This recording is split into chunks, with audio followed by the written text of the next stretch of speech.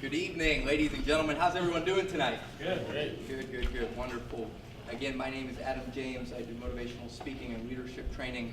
I'm based here in the Southwest Florida area. Before beginning, I'd like to take this opportunity to, in public and personally, thank you, Rick, for having me here tonight. Truly humbled by and grateful for the opportunity. Looking forward to our time spent this evening. In addition, I want to thank each and every one of you for being here. I know that might come across as cliche, and you might be wondering, well, what's he thanking me for? He doesn't even know me. And no, although I don't know you individually, I thank you for being the type of people who are committing to something bigger than yourselves. I get that we're not in a collegiate or professional capacity here. Make no mistake about it, I know your stipends that you receive, or even if you receive a stipend, aren't large. Yet you're committing to growing people. You're committing to growing student athletes, and for that I commend you and thank you. My time with you tonight is very brief. So my objective is to get really real with you, to delve into the trenches and to ask you the tough questions, to help you think maybe just a little bit differently, to help you maybe shift just one or two habits to enhance your effectiveness in life and as a coach, to help drive this culture that you all are a part of, this organization, this community that you're all a part of. To get there, we're going to focus on two things. One, controlling the controllable, and two, our leadership. There are a number of things in life every single day that you and I can't control. We can't control the traffic on the roads. We can't control what people are going to think of us most of the time. We can't control the weather outside. Yet so often in life, we spend a majority of our time trying to control those things that are out of our control. When you spend your time, your effort, and your energy on trying to control that which you can't control, ladies and gentlemen, you are inevitably being controlled by those uncontrollable things. Because as you spend your mental capacity trying to control what somebody thinks of you, you're disallowing yourself to authentically and fully engage in what matters most. So I challenge you here this evening to focus your time, your efforts, and your energy instead on things that are within your control. Things like your attitude, your work ethic, and your awareness. I want you to just ponder right now. I don't need to answer. But what type of attitude do you show up to work with every single day? When things don't go your way, when adversity arises, when Rick says something that you don't like, when Frank says something that you don't like, when your student athlete isn't giving it everything that you believe that they have, what attitude are you bringing in those crucial moments? We can control that, ladies and gentlemen. We can control that. By a show of hands, how many of you have ever worked with somebody, hopefully not here, of course, where you come into the respective workday or to the respective practice, and the individual just had that buzz-off look on their face, and they had a bad attitude? By a show of hands and say, "I." Okay, I heard a few ayes. I'm just making sure we're not asleep. We'll get better at that, I trust. I think we've all experienced that person or persons where no matter what, they're always in a bad mood. They always have that buzz-off look on their face.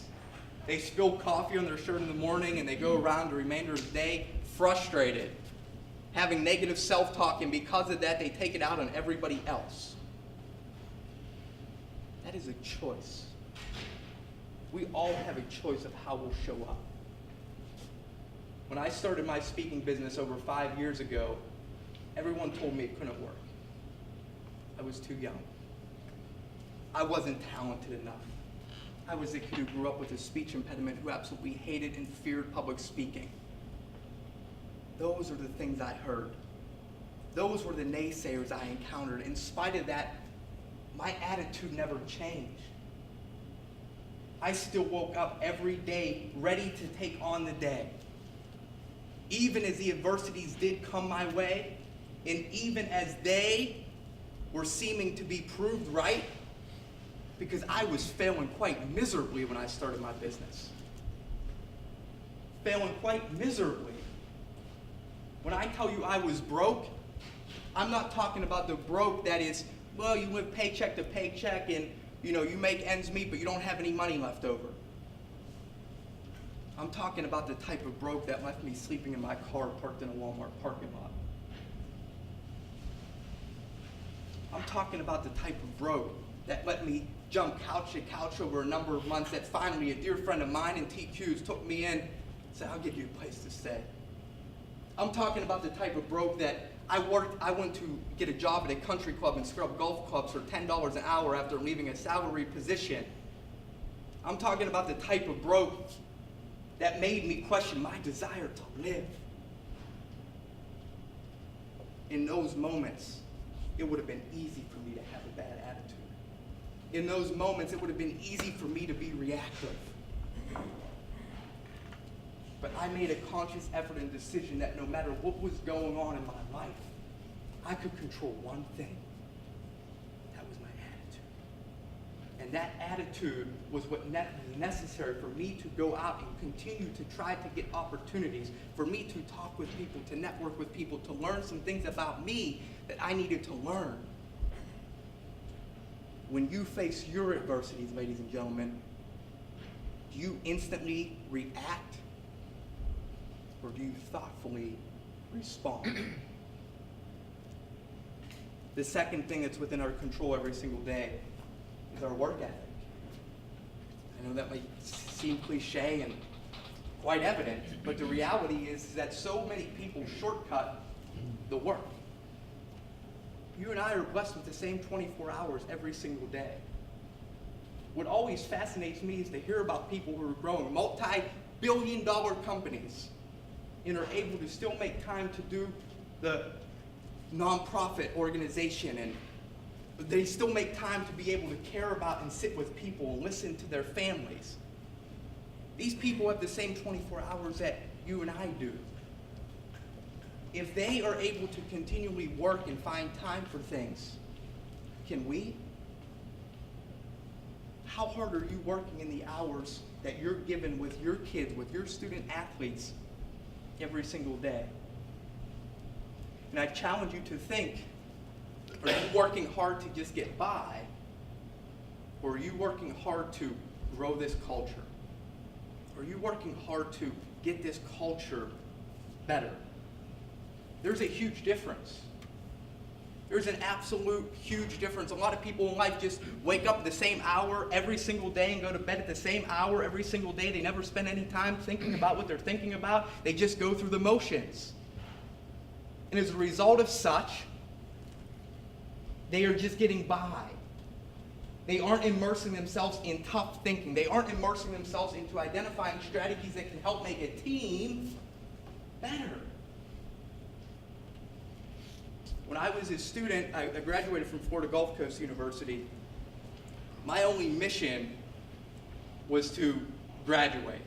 I had a principal in the 8th grade who told me I'd be lucky to graduate high school. So when I moved from Pittsburgh to Florida, as I look back on that in hindsight, I was really running away from her, not in a negative way, but in a positive way, in a way that was going to say, I can do this. I can not only graduate high school, I'm going to move to Florida, I'm going to graduate from college. And I should have told you, my mission wasn't just to graduate, it was to graduate with the best GPA as possible. I wanted to get a 4.0 because I wanted to prove something to her, especially. And I ended up doing fine and well, and I fell just short of the 4.0. The grades weren't what matters. I bring this up to you because, ladies and gentlemen, as I reflect on those times, I realized that I was only working to get by. You see, classes that I loved, classes that I didn't care about, classes that didn't excite me, I was just memorizing information to regurgitate that information to pass a test. I was able to get an A on a test, but I didn't learn the principles. I didn't learn the terms. I didn't learn what it was that I needed to learn because I was just working to get by. Why are you here? Why do you wake up at the hour that you wake up?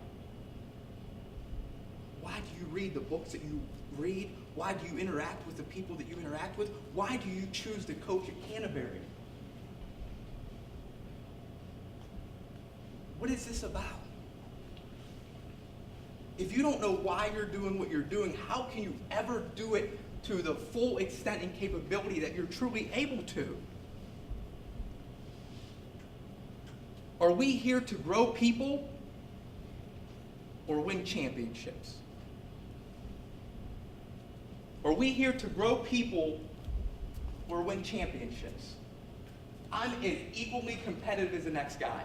I want to win in business. I want to win in life. I want to win in refereeing. I want to win. But as it relates to me winning, I always ask myself, at what expense? Maybe you win 5 state titles here in your time as coach of women's tennis, of men's basketball, of football. Maybe you win all these championships. But what is lost in the trenches? What is lost as a result of that? Is it about you winning these championships? Is it about you getting on Wink News, getting on the front page of the news press? Or is it about us wanting to grow decent and good human beings who are going to contribute to society in such a way that we can look back on and be proud of them? Does that make sense? Say yes. Yes. I just met Louis 15 minutes ago or 20 minutes ago. There's no agenda in me saying this. He had no idea what I was talking about. It is Louis, right? Willie, sorry. My apologies. Louis will stick. Hey, Lou, how you doing?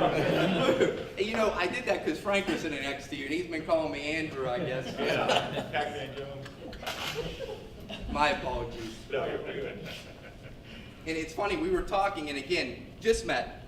No agenda. He certainly couldn't have known what I was going to talk about. And he shared something with me. I'd asked him if he enjoyed coaching as much as he did playing, and he basically said it's a different aspect. But what he wants to be able to do in his coaching capacity is to see a kid in a grocery store 10 years down the line, and they see him and they come up to him excitedly and be able to say, "Hey, coach, how are you doing? Thanks for what you did for me."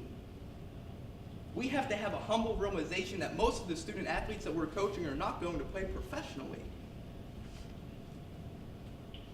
I trust most of you didn't play in a professional capacity. So at the end of the day, what matters most isn't our ability to make them, of course we want to win, of course we want to grow them to have talent and skill sets and be able to compete. But I'm talking about growing people.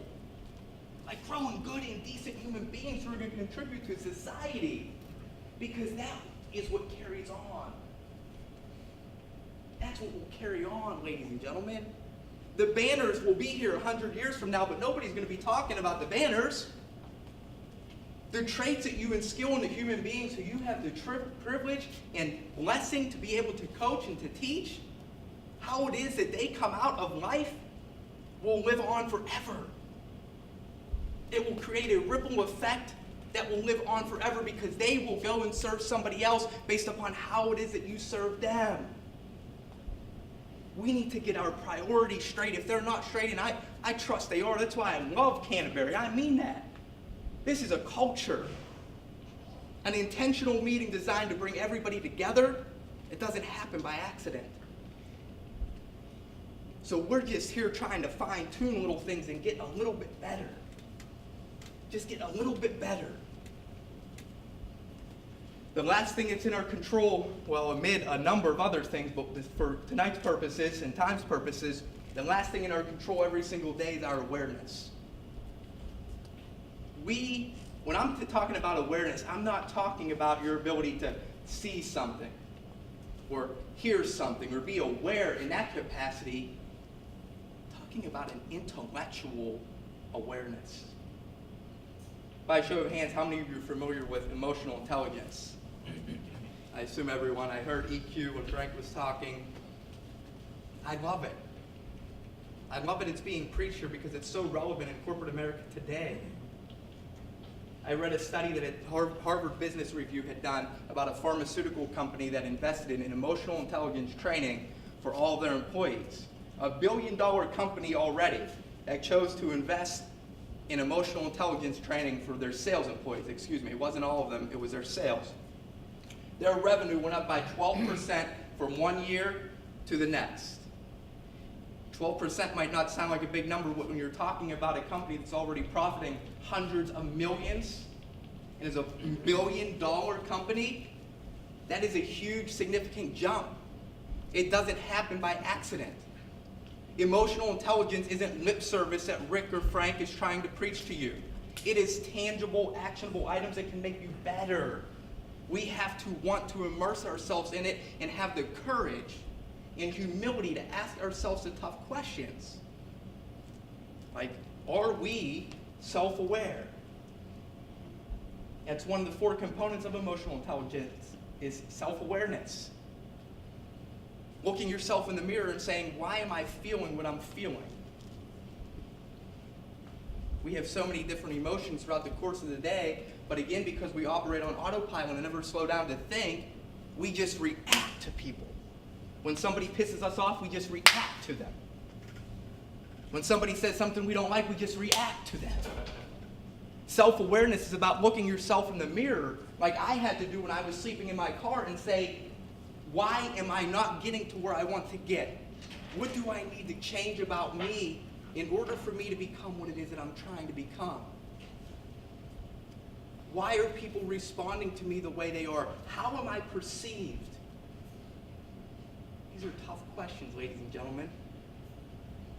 Because us men, especially, I'm going to pick on us men, we tend to have bigger egos and be more type A. And that's not across the board. That is, I'm just being very generic and broad right now.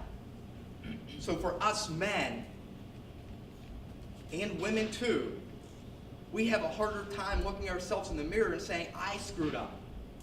This is on me. Are you willing to admit your shortcomings? Are you willing to look yourself in the mirror and be aware? The second element of awareness is relationship awareness. How are you being perceived?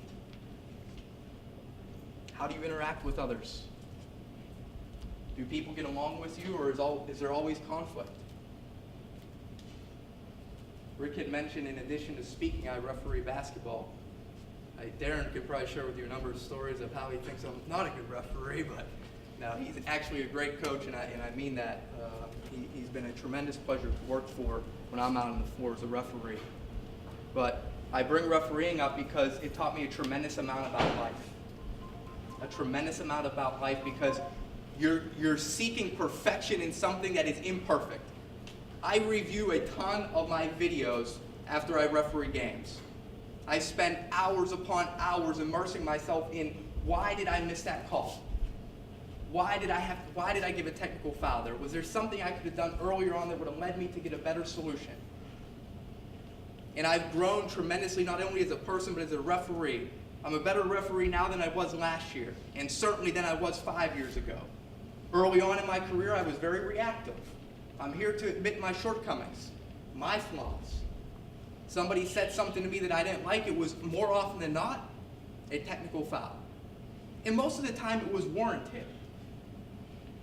Most of the time it was warranted, but I've since come to learn that if I can deploy some empathy for where others are coming from, I have a more increased likelihood of being able to resolve a situation through my voice, through my body language, through how much I show them I care.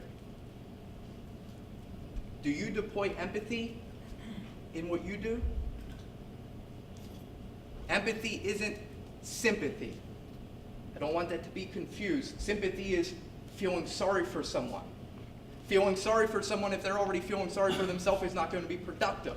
But if we can strive to have empathy and empathize with others and put ourselves in their shoes, then, ladies and gentlemen, we can get the outcomes that we may be looking for.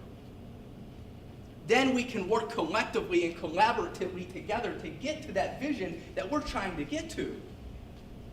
I'll give you an example of what I mean as it relates back to refereeing. A few years ago, I was refereeing a college basketball game, and a gentleman, I won't share names or teams just for privacy's sake, but there was a gentleman who was on the hot seat in his respective conference with his respective school. We were in mid-season conference play, and conference play in basketball, in any level, in any sport, tends to get more emotional because more is at stake and there's more at risk and everybody's tensions are a little bit higher. And he was down in his conference. He'd lost for the past few years. His job was undoubtedly on the line. And we had an out-of-bounds play late in the second half, and my partner who was standing in front of him whistled to go the other way. He immediately reacted. Immediately, with frustration, with anger in his eyes, he reacted. He jumped up off the bench and he started yelling. I don't know what he was saying to my partner. But I was going to be the fortunate one who was going to get to go put the ball in play right in front of his bench. So I was already bracing myself for what I knew was going to be a pleasant conversation. So I go over there, and don't you know, as soon as I'm right there, he turns at me. He said, Adam, this is ridiculous. My guy got pushed out of bounds. How can he call that? I said, Gary, I hear you. He said, damn it, I don't need you to hear me. I need you to do something about it. This is my livelihood. And in that moment, I just paused. I didn't know what to say. So I put the ball back in play and I let him yell at me a little bit more. I ran down the floor and I'm still pondering that thought. We go a few possessions. Finally, we get to a media timeout, and I'm standing across from his bench on the low block, and I'm sitting there thinking, this is my livelihood, is what he said to me. This is my livelihood. And it dawned on me in that very moment that that was how he fed his family. He fed his family, ladies and gentlemen, based on how many basketball games he was able to win. He wasn't mad at me. He wasn't mad at my partner. He was reacting out of fear. He was reacting out of uncertainty because he didn't know what was going to come, if his athletic director was going to fire him or not. He didn't know how he would feed his family if he lost his job. So I knew I had to get to him. So we go into the huddle, the first horn, and as soon as he comes out, I said, Gary. He said, what? I said, I just want to tell you something. I said, I respect what you do. I said, I appreciate what you do. And I said, I understand this is how you feed your family, by winning basketball games. He said, okay. I said, well, I want you to understand that I will never put you in any sort of jeopardy by something that I do intentionally. I want you to know that I will work tirelessly for you to get in position, to get the plays right as often as I can, so that your job, if I can do anything about it, is not at stake as a result of one of my errors. He didn't say anything. The rest of the game went. I didn't hear from him the rest of the game. I had him a week and a half later. We go over and shake the coach's hands before the game. He says to me, Adam, he's holding me with a strong grip. He says to me, Adam, he said, thank you. I said, for what? He said, for what you said to me last game. He said, you're the first guy in 30 freaking years who gets it. I said, well, Gary, thank you for allowing me to understand it. I said, I meant what I said. I hope that you maintain your job. I hope that our relationship continues to grow. It was an awakening moment for me, ladies and gentlemen. It was an awakening because he literally wasn't mad at me. So often as referees, we think coaches are reacting at us, but they're often reacting out of pressure. So often in life, you might feel parents are mad at you. You might feel that Rick is mad at you, that Frank is mad at you, that your assistant coach is mad at you. It's important for us to separate ourselves from ourselves and to be able to see things and step into the shoes of somebody else. Does that make sense? Say yes. Yes. Okay. Okay, I know my time is running short. I got a few more minutes? Yeah. Okay. The second element that I wanted to talk on, the crucial element, we talked control the controllable. The second thing we're here to talk about tonight is leadership. The unfortunate truth is that we only have a few minutes to talk about leadership, and we could spend 8 hours in a full immersion into leadership. So I'm just going to very quickly go through 4 components and characteristics that are essential to being an effective leader. The first is your ability, and we've already touched on this a little bit, but your ability to highlight your own flaws. Do you have the ability, time and again, to admit, I screwed up? We lost this game as a result of me. Not as a result of my players and their poor performance, but as a result of my lack of preparation and execution. My relationship with that parent went south because of me. My assistant coach quit because of me. Do we have that courage, humility, and willingness to look ourselves in the mirror and say, I screwed up? You see, ladies and gentlemen, when you're willing to admit your shortcomings and flaws, you humanize what it is that you do. You humanize the situation, and you inevitably create a culture of trust. Cultures within an organization, within a department, within a team are going to form one way or another, whether intentionally or unintentionally. An unintentionally formed culture happens by chance. It happens with poor habits. But an intentionally formed culture happens when people feel comfortable with one another. When they're willing to stand up here and challenge each other's ideologies. When they're willing to look somebody in the face and say, I respect what you're doing, what you're trying to do, but what if we tried it this way? That trust element can only come when you show them it's okay to enter. I'll say that again. That trust element can only come when you show them that it's okay to enter. If you're always showing everybody that you're always right and it's your way or the highway and that you've never made a mistake, people aren't going to come to you because they're not going to feel comfortable in coming to you. Breaking yourself down isn't a sign of weakness. It's not a lack of confidence. It's not you selling yourself short. It's you opening up and saying, I'm humbled enough, I'm confident enough in myself to know that I can admit when things don't go my way, when I am wrong. Because when I do that, people then feel comfortable coming to share the things that they want to share and that they need to share. Being a leader is about being able to say, I screwed up, even when in reality it might not even be your fault. The second element of being a leader is to be patient. It's to be patient. How many of you have ever worked for someone before, again, not here of course, where they asked you to do a task or complete a task, and before you could even get it to it, they were breathing down your neck?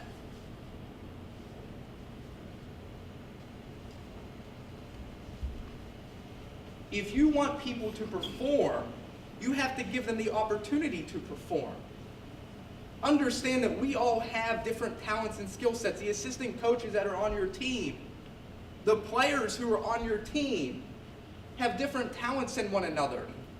Just because they're not able to accomplish things in the timeline that you think they should be able to accomplish it, it doesn't make them less valuable. There's an old quote, Albert Einstein coined the saying that we're all geniuses. But if you judge a fish on its ability to climb a tree, it will go around its whole life believing that it's stupid. What that is saying, in my estimation, is that we all have different gifts and talents and abilities. We all have different value that we can add to our program, to this culture. But if we are constantly breathing down people's necks and constantly asking for them to get things done right away, and not giving them an opportunity to fail and try again and fail and try again and fail and try again, then we are hindering their ability to grow and get better. The third thing that we must be able to do as a leader is to manage major moments. manage major moments. There are a number of moments that are going to come up in your coaching roles, in your jobs, in your lives, where it feels unmanageable, where it hurts, where it's painful, where you've got one parent calling and yelling at you about one thing, and another parent calling and yelling at you about another, and Rick telling you something else, and Frank telling you something else, and by the way, you're on a 5-game losing streak. Those are major moments that require your sense of calm, your clarity, your confidence, and your ability to effectively navigate. Rob, right? I met Rob about a month ago when I came in and met with Rick. And one thing I shared with them very briefly, something that I've done as a referee and have since implemented in my life, is having a calming mechanism. A calming mechanism for me is this, right here. It triggers my brain to focus not on all the chaotic craziness that's going on the basketball floor in my life, but to come back right here. It's just a simple reminder that when all crap is hitting the fan, so to speak, I'm able to take myself out of that situation, come to a place where I can effectively and clearly think through to respond and not react. To respond and not react.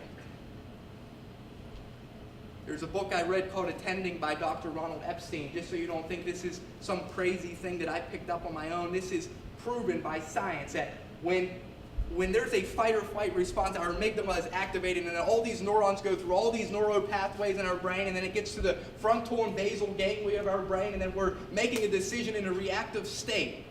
And something that Dr. Epstein shared in his book, he's the head of family medicine and psychiatry at the University of Rochester Medical School and was a Harvard Med School grad. And when he was in practice, he's still in practice a little bit, but not as much.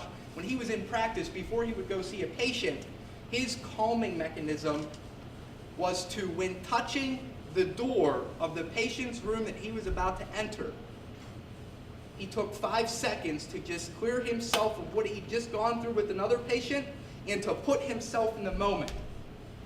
To force himself into that present moment. You think that might sound easy?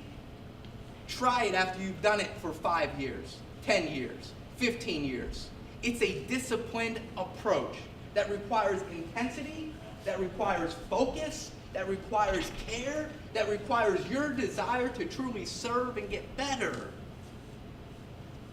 And the last thing I want to talk to you about as it relates to being a leader, ladies and gentlemen, is the importance of being the last to speak. How many of you have ever sat in a room before where somebody says, I want to hear your opinion, but first let me tell you everything I know and share mine. Say, I. Oh, these eyes aren't getting as good as I thought we were going to be. Or okay. When we do that as leaders, if you're bringing your captains together, you're bringing your assistant coaches together, you're bringing your team together, and you're wanting to get their opinion, you're wanting to get their advice, you're wanting to gain their insight and their knowledge. If you immediately say what it is that you're feeling, you are influencing them. They're not going to share openly. If Rick calls you into a meeting and says, hey, I want to get your thoughts on this, but here's my thoughts. Chances are good that you're probably not going to share as openly and authentically as you would have otherwise because he's your boss and you want to most likely agree with him. Even if you don't feel like you're doing it, subconsciously you are. Being a leader is about being the last to speak. It's about me being able to say to TQ, hey, what are your thoughts on this, TQ? What are your thoughts on this? What are your thoughts on this, Rob? Getting all the information and then sharing my opinion. Then sharing what it is that I believe to be true. And then collectively coming to an agreement that we believe to serve the better good of our people, of the people that we're serving, of the people that we're growing, of the people that we're developing. Again, just like with the calming mechanism, If you think being the last to speak is easy, oh, well, this guy's just sharing obvious things that I can do that. Try it. Try it. We always want to share with everyone about how much we know. We're in conversation with somebody and we're so quick to talk. That's the way we're wired. The problem is when we're always doing the talking, we're not having the opportunity to learn anything. We're not having the opportunity to reflect. Challenge yourself to be the last to speak. Challenge yourself to make it less about you and more about the program. And lastly, I know my time is running short, ladies and gentlemen. I just again want to thank you for what it is that you do. And I want you to understand and hear that you matter and you are needed. I don't think we hear that enough in life as people. That we matter and we are needed. When I was sleeping in my car, I didn't feel like I mattered, and I certainly didn't feel that I was needed. I just did a presentation on Friday with a group of medical execs, and I was talking with them about that very thing, because as I started doing research on the world of medicine, I found that physician suicide is at an all-time high. People who are uber successful financially, people who are uber successful from a society standpoint, often don't feel like they matter and they are needed too. So it's imperative that we understand, that we possess that we know that even when times get tough, even when you feel like things aren't working, even when you feel like your kids aren't doing what they're supposed to do, understand that you have value to add and that you matter and you are needed to someone, somewhere. Best wishes, and I look forward to working with you all at some point in the future again. Thank you.